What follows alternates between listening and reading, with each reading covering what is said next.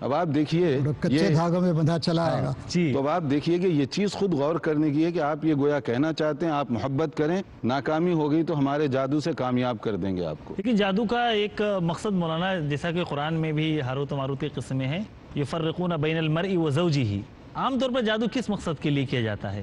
ہمارے آج کے معاشرے اور سماج میں بھی قرآن شریف میں جو ذکر کیا ہے اس سے الگ نہیں ہے. آج بلکہ بھی ہوتا ہے، خواتین عام طور پر جاتی ہیں عاملوں کے پاس جی اور ان سے جا کر کیا کہتی ہیں کہ ہمارے شوہر جو ہے ماں کے کہنے میں رہتے ہیں، اپنی بہن کے کہنے میں رہتے ہیں، اپنی جو بڑے بھائی کی بیوی ہے اس کے چکر میں رہتے ہیں، وہ ہماری طرف توجہ ہی نہیں کرتے. آپ کچھ ایسا تعویذ دے دیجئے کہ ان کا دل ہماری طرف رجوع ہو جائے، ہمارے اس میں رہیں، کہنے میں آ جائیں. ایسے ہی کبھی جاتے ہیں تو دوسری بیوی اگر ہے تو اس سے زیادہ تعلق رکھتے ہیں، مجھ سے نہیں، تو آپ ایسا تعلق دیے ان سے تعلق ختم ہو جائے اور مجھ سے جڑ جائے. یفرقون بین المرء و زوجہ. تو گویا دو اسٹینڈرڈ ہوئے آپ کی اس میں کہ وہ اصل بیماری کچھ اور ہوتی ہے، عامل سے سمجھوتا کچھ اور کر لیتے ہیں جی. کہ ہمیں وہ بیماری نہیں ہے، ہم ایکٹنگ کر رہے ہیں اس طرح کہ تاکہ گھر والے جو ہے نا وہ آپ کے پاس آئیں تو آپ ان کو صحیح بیماری بتا دیں. مولانا میں عرض کرنا چاہتا ہوں جی. جیسے محترم نے بتایا کہ ایکچول جادو کے واقعات 2% سے زیادہ نہیں، لیکن 98% جو جادو کے واقعات ہو رہے ہیں اس میں ہم کو اسے بھی شامل کرنا چاہیے جس کے بارے میں غالباً علامہ اقبال کے الفاظ ہیں، سنیما نہیں ہے یہ جادوگری ہے.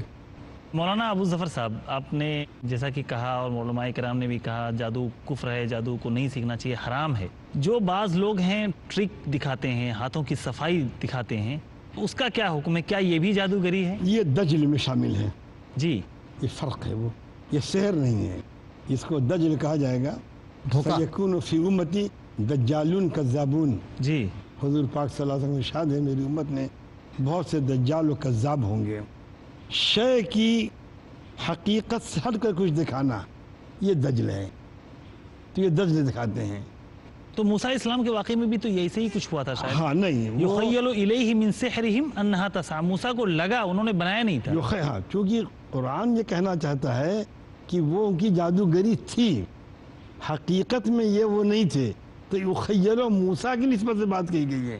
لیکن پھر موسیٰ علیہ السلام نے جو ان کے سامنے اپنا ڈنڈا پھینکا ہے ان کی تخیل کی بھی تردید ہوئی ہے اور ان کے سحر کی بھی تردید ہوئی ہے. تو ٹرک بازی بھی کفر ہے اگر کوئی شخص ٹرک بازی کر رہا ہے؟ دیکھیے ہر وہ چیز جس سے انسان مغالطے میں پڑ جائے یہ دائرہ عدم جواز میں ہے. ہاں بے شک حرمت میں تو یہ بھی آ جائے گا. ہر وہ چیز، یہاں تک کہ اگر ہم نماز پڑھنے کے بعد یہ کھڑے ہوں اور آوازیں نکالیں قرآن جیسی تو یہ بھی دجل ہے.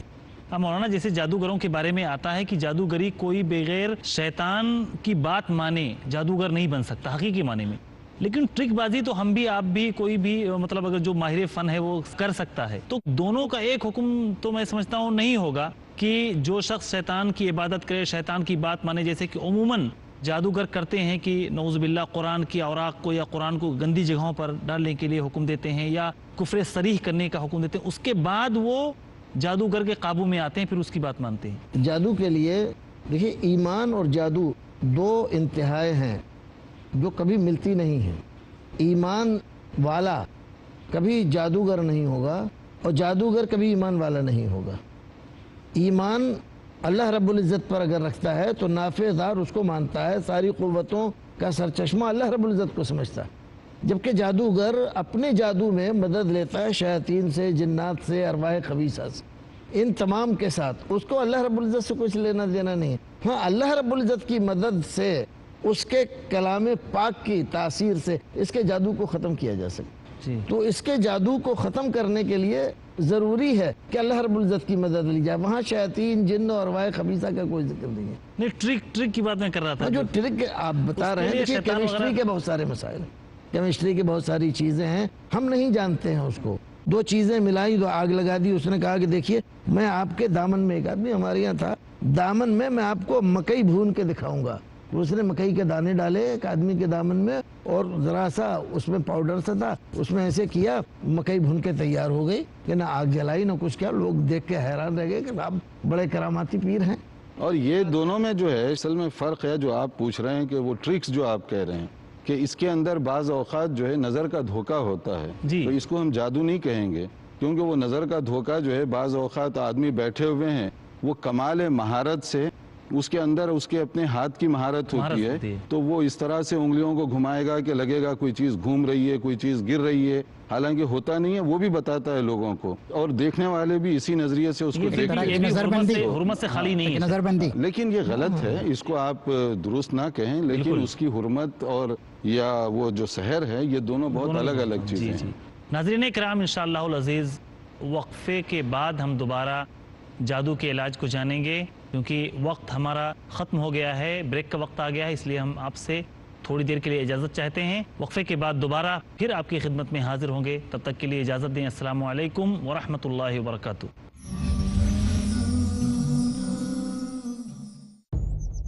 اسلام کے دو ہی بنیادی اصول ہیں، اللہ سبحانہ و تعالیٰ کی خالص بندگی، رسول اللہ صلی اللہ علیہ وسلم کی خالص پیروی۔ صحیح اور ثابت نصوص کو بلا چومے چرا تسلیم کیے بغیر کوئی شخص مسلمان نہیں ہو سکتا۔ شیخ اشفاق سلفی۔ رائے، عقل اور قیاس سے صحیح دلیلوں کا معارضہ کفر و نفاق کی علامت ہے۔ ان باتوں کو سمجھنے کے لیے دیکھیے پروگرام اسلامی ہدایات۔ کیا کیا ہیں بندوں کے لیے رب کے پیغامات اور احکامات؟ دیکھیے اسلامی ہدایات، کل دوپہر 3:30 بجے اور دوبارہ صبح 4 بجے انڈیا میں پیس ٹی وی اردو پر۔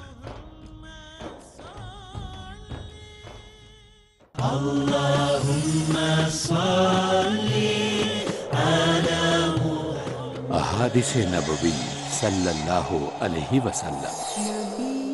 حضرت ابو امامہ باہلی رضی اللہ عنہ نے کہا کہ میں نے رسول اللہ صلی اللہ علیہ وسلم سے سنا، آپ فرماتے تھے قرآن پڑھو، اس لیے کہ وہ قیامت کے دن اپنے پڑھنے والوں کا سفارشی ہو کر آئے گا۔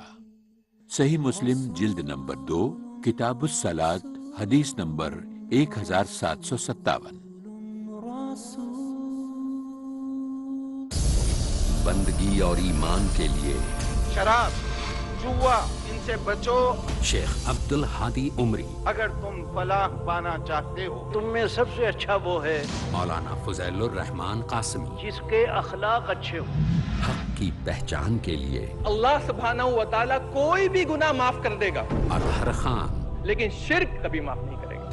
معلومات جو ضروری ہیں ہر انسان کے لیے۔ اگر زمین پر اللہ کے سوا چند خدا ہوتے، مفتی شکیل سیتاپوری۔ تو نظام ارض و سما درہم برہم۔ اے انسان، تو اس دنیا کی تقدیر ہے۔ مولانا خالد ندوی غازی پوری۔ تو اچھا ہو جا، دنیا اچھی ہو جائے۔ حق پر یقین ہو، راہ صحیح ہو، تاکہ بھول نہ ہو ہم سے۔ آؤ دین سمجھیں، اگلا پروگرام پیس ٹی وی اردو پر۔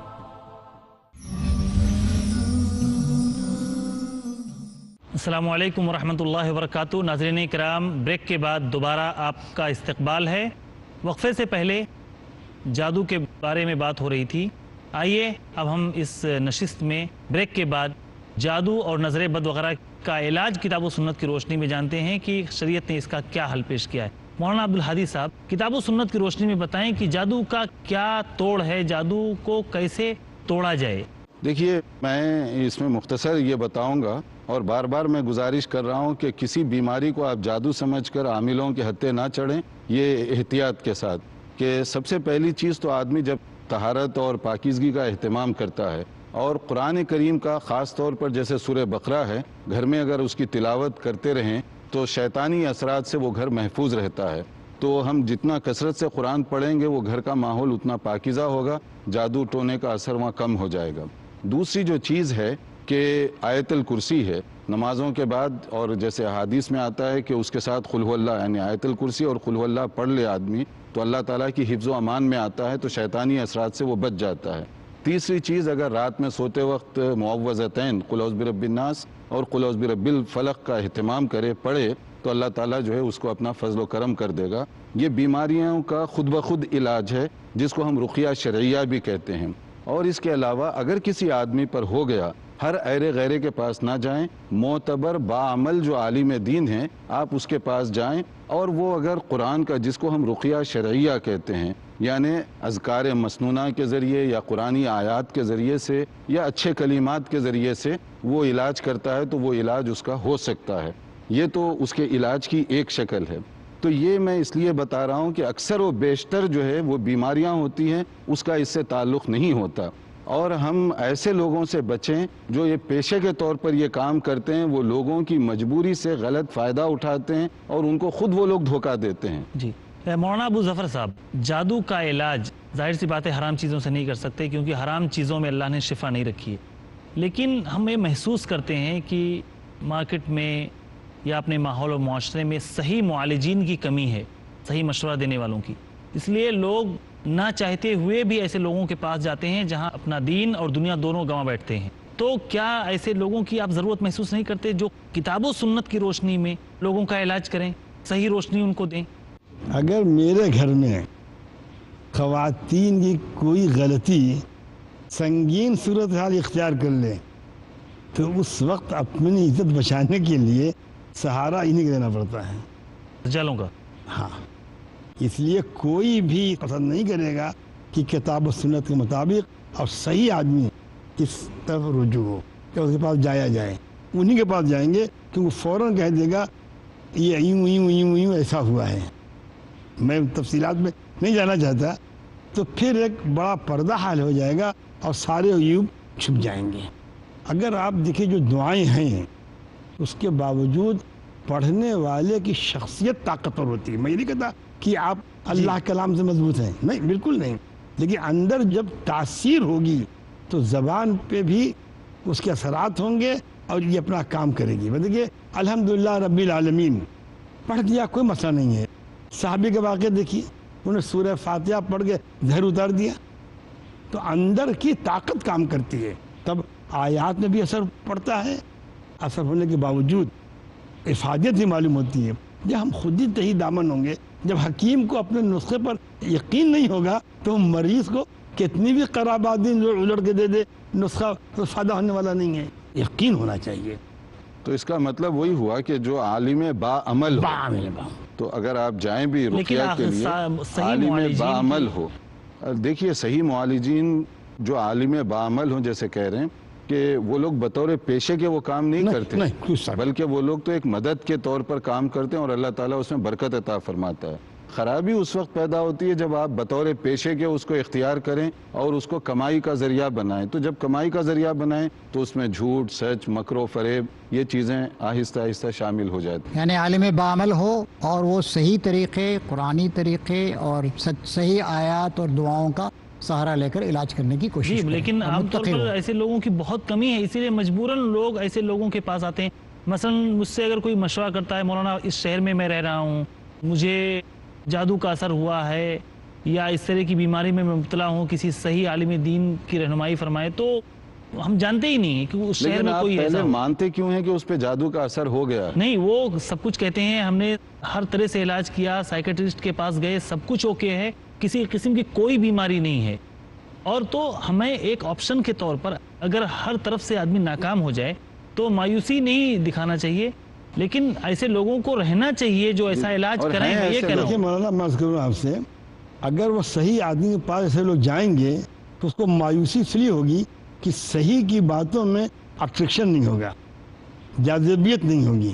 میرے پاس اتنے تجربات اس بمبئی شہر کے ہیں کہ آپ یقین نہیں کریں گے. اللہ تعالیٰ کی اس بیانی سے، مبالغے سے بچائے. میں نے بعض جگہ پر سچی بات کہی تو جن لوگوں نے مجھ کو بھیجا تھا ان کا فون آیا، تم نے کیا ختم کر دیا؟ ارے اس سے تو دوسرے دن تو جنوں کا شہزادہ آیا 52 رسالہ داروں کو لے کر کے انہوں نے کہا کہ ہم مولانا کو مائن کی کھاڑی میں پھینک دیں گے. مولانا اس سے ایک بات یہ معلوم ہوتی ہے کہ توہمات بہت زیادہ پھیلے ہوئے ہیں. توہمات، لیکن جنوں کے بعض واقعات سچے ہیں. اگر ان سے کچھ دعائیں نہیں پڑھی جائیں، سمجھا کے بات کی جائے تو ہٹ جاتے ہیں. مولانا رضا اللہ عبد الکریم صاحب، نظر بد، بہت سارے لوگ اپنے بچوں کو آپ دیکھے ہوں گے، اپنے بچوں پہ خاص طور سے نظر بد سے بچانے کے لیے تعویذات وغیرہ لٹکاتے ہیں. پورا بدن صرف دھاگے کا مجموعہ بن جاتا ہے، نیچے سے لے کر اوپر تک دھاگوں سے لدا ہوتا ہے وہ معصوم بچہ. اللہ کے رسول صلی اللہ علیہ وسلم نے اس کا علاج بتایا، جیسے کہ آپ کسی اچھی چیز کو دیکھیں تو ماشاءاللہ لا قوت الا باللہ کہیں یا اس کے لیے برکت کی دعا کریں. کیا کریں نظر بد سے بچنے کے لیے مزید؟ دیکھیے، نظر بد سے بچنے کے لیے شریعت نے جو احتیاطی اقدامات کرنے کی جو تلقین کی ہے وہ کرنا چاہیے. والدین کو اپنے بچوں کو بے وقت گھر سے نہیں نکلنے دینا چاہیے. جی جی. دوسری بات یہ ہے کہ ان بچوں کے اوپر صبح شام اگر ان کو لگتا ہے کہ بعض بچے ایسے ہوتے ہیں جن کو اکثر نظر لگ جاتی ہے، جی بعض بچے ایسے ہوتے ہیں کبھی نظر نہیں لگتی ان کو، تو یہ کیا ہوتا ہے کہ وہ آدمی کے جسم کے اندر کچھ اس طرح کی بات ہے، کمزوری ہے کہ جس کی وجہ سے اس پر نظر انداز ہو جاتی ہے نظر. جی. تو ہر ایک بچے کو نہیں لگتی. تو جن بچوں کے بارے میں یہ ہے کہ بھی اس کو اکثر نظر ہو جاتی ہے تو ان کو صبح شام معوذتین دم کریں، آیت الکرسی پڑھ کے دم کریں، اور اعوذ بکلمات اللہ التامات من شر ما خلق، اس طرح کے اور بھی کئی ساری دعائیں ہیں، یہ پڑھ کر ان پر دم کرتے رہیں، انشاءاللہ کبھی اس کو نظر نہیں لگتی ہے اور وہ اس سے محفوظ رہے. اس میں ایک جو مسنون وہ بھی ہے بسم مولانا یہ تعویذات وغیرہ کے تعلق سے بہت عام ہے، یوزی کا جو حضرت جبرائیل کی سکھائی ہوئی دعا ہے. اس میں چیز اور بھی ہے نظر بد کے لیے. جی جی. جو نسخہ ہے حدیث کا اور اس کو کوئی عمل لانا بہت مشکل ہے، نہلانے والا.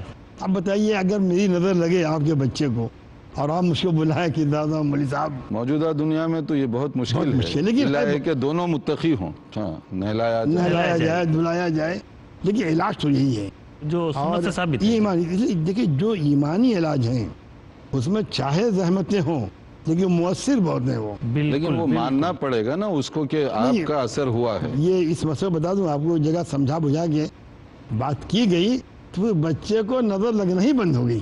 جی الحمدللہ. نظر حق ہے، جی جی، جین حق ہے. بے شک. یہ تعویذات شرعیہ کے بارے میں مولانا میں جاننا چاہتا ہوں اپنی محفل کے اختتام تک. دیکھیے تعویذ جو ہے نا یہ بڑا نازک آپ نے اور بہت اچھا سوال تمائم اور تعویذات وغیرہ ہیں. دیکھیے تعویذ اس وقت جو پہلے میں بتاؤں کہ مارکیٹ میں جو اویلیبل ہے نا، 3 قسم کی تعویذیں اس وقت اویلیبل ہیں. ایک تعویذ ہوتی ہے جس کو کھولیں بلینک پیپر ہے، کچھ نہیں لکھا ہوتا ہے، خالی کاغذ لپیٹا پھر کپڑے میں لپیٹا دے دیا. یہ نفسیات سے آپ کے کھیل رہے ہیں، اسی لیے کہتے ہیں کہ آپ جو ہے اس کو کھولیے نہیں، کیونکہ انہیں معلوم ہے کہ اندر لکھا کچھ نہیں ہے. ایک قسم تعویذوں کی یہ ہے.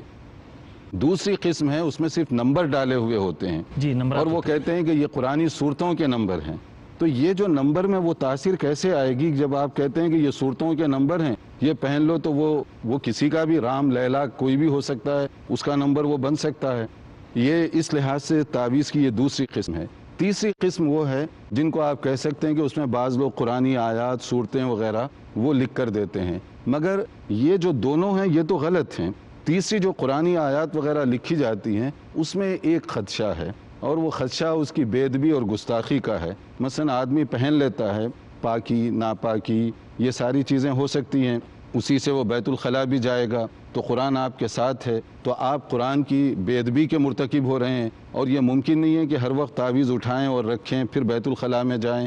تو اس طرح سے انڈائریکٹ یا بالواسطہ طور پر آپ جو ہے وہ مرتکب ہو رہے ہیں. تو ہم تو یہی کہیں گے کہ یہ تینوں قسم کی جو چیزیں ہیں ان کو آپ چھوڑ دیجئے، اور جو مسنون علاج بتایا گیا ہے معوذتین کا، آیت الکرسی کا، اور گھر میں قرآن کریم کا کثرت کے ساتھ ورد تلاوت وغیرہ کا.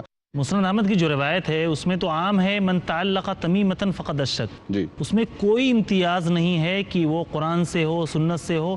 تمیمہ اپنے آپ میں غلط ہے، چاہے آپ قرآن سے لٹکائیں سنت سے لٹکائیں، نہ اس کا صحابہ کرام سے نہ اللہ کے رسول صلی اللہ علیہ وسلم کی حدیثوں سے ثبوت ملتا ہے کہ انہوں نے اپنے بچوں کو اس طرح کی چیزیں لٹکائی ہوں. دیکھیے اس میں ایک عقیدہ ہمارا جو سورہ انعام کی آیت ہے، وَإِن يَمْسَسْكَ اللَّهُ بِضُرٍّ فَلَا كَاشِفَ لَهُ إِلَّا هُوَ وَإِن يَمْسَسْكَ بِخَيْرٍ فَهُوَ عَلَى كُلِّ شَيْءٍ قَدِيرٌ. خیر و شر کے فیصلے اوپر سے ہوتے ہیں، اگر یہ اعتقاد یقین کے ساتھ ہو جائے تو پھر یہ چیزوں کی ضرورت نہیں پڑے گی. مگر آج کل مولانا آپ نے دیکھا ہوگا تعویذ فروشی کا کاروبار اتنا عروج پر ہے کہ بعض جگہوں پر لکھنے کی زحمت نہیں کی جا رہی بلکہ فوٹو کاپی بنائے جا رہے ہیں. یعنی اتنے کسٹمر ہیں کہ لکھنے کی وہ دھندہ بہت عروج پر ہے.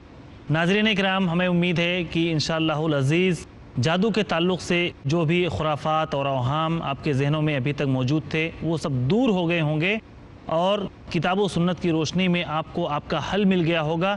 اگر آپ کے ذہن میں اس طرح کی بات کبھی آئے تو سب سے پہلے کسی معتبر عالم دین کے پاس، موحد شخص کے پاس جس کے دین پر، تقوی پر، اس کی کمائی پر آپ کو پورا بھروسہ ہو، اس سے جا کے مشورہ لیں، اس کے بعد کہیں آگے بڑھیں. معالجین سے، ڈاکٹروں سے آپ علاج کرائیں، نفسیات کے جو ماہرین ہوتے ہیں ان کے پاس جائیں. اس کے بعد پھر جب ہر طرف سے آپ کو لگے کہ نہیں بیماری نہیں ہے کوئی جسمانی بلکہ واقعی ان پہ سحر کا یا نظر بد کا اثر ہے، تو کسی معتبر عالم دین کے پاس جائیں جو اس کو دھندا نہ بنائے ہوئے ہو، اس سے علاج کرائیں تاکہ آپ کا دین اور آپ کی دنیا دونوں محفوظ رہے. ہمیں امید ہے کہ انشاءاللہ العزیز یہ محفل بھی آپ کے لیے کافی مفید ثابت ہوئی ہوگی اور آپ کے ایمان کو بچانے میں ہمیشہ مفید بنی رہے گی. اللہ رب العالمین سے دعا ہے کہ اللہ تعالی ہمیں تمام اوہام و خرافات سے بچنے کی توفیق عطا فرمائے اور ہمارے ہر مسئلوں کا حل کتاب و سنت کی روشنی میں ہمیں ڈھونڈنے کی توفیق عطا فرمائے. آمین. وآخر دعوانا ان الحمدللہ رب العالمین. السلام علیکم ورحمۃ اللہ وبرکاتہ.